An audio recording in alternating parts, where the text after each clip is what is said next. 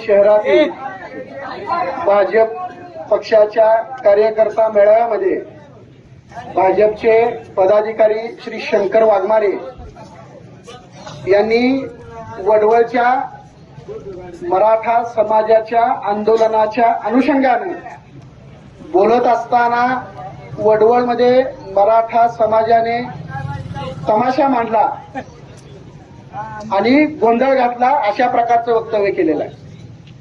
खरं तर मराठा समाजाच्या आरक्षणाची ही चळवळ आजपर्यंत शांततेनं आणि संविधानिक मार्गानं सुरू होती, आजही ती संविधान मार्गाने चालू आहे।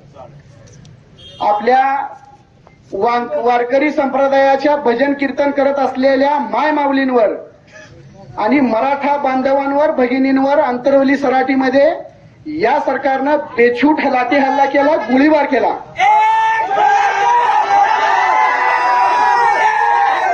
आणि तरीही आपण शांततेचा मार्ग सोडला नाही, आपण शांततेमध्येच त्या ठिकाणी संविधानिक मार्गाने आंदोलन करत होतो।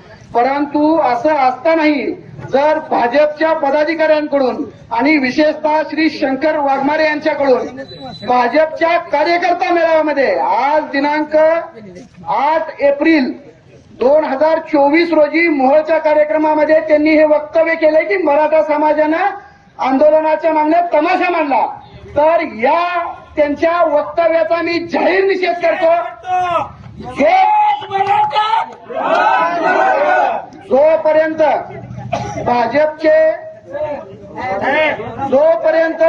भाजपचे पदाधिकारी, भाजपचे जिल्हाध्यक्ष, मोहोळ तालुक्याचे तालुकाध्यक्ष हे जाहीर माफी मागत नाहीत आणि श्री शंकर वाघमारे जोपर्यंत ज्या ठिकाणी ज्या शहरामध्ये यांनी मोहोळमध्ये हे वक्तव्य केलं त्या वक्तव्याबद्दल मोहोळ शहरामध्ये येऊन मराठा बांधवांसमोर माफी मागत नाहीत, तोपर्यंत मराठा समाज हा भाजपच्या कोणत्याही कार्यक्रमाला जाणार नाही।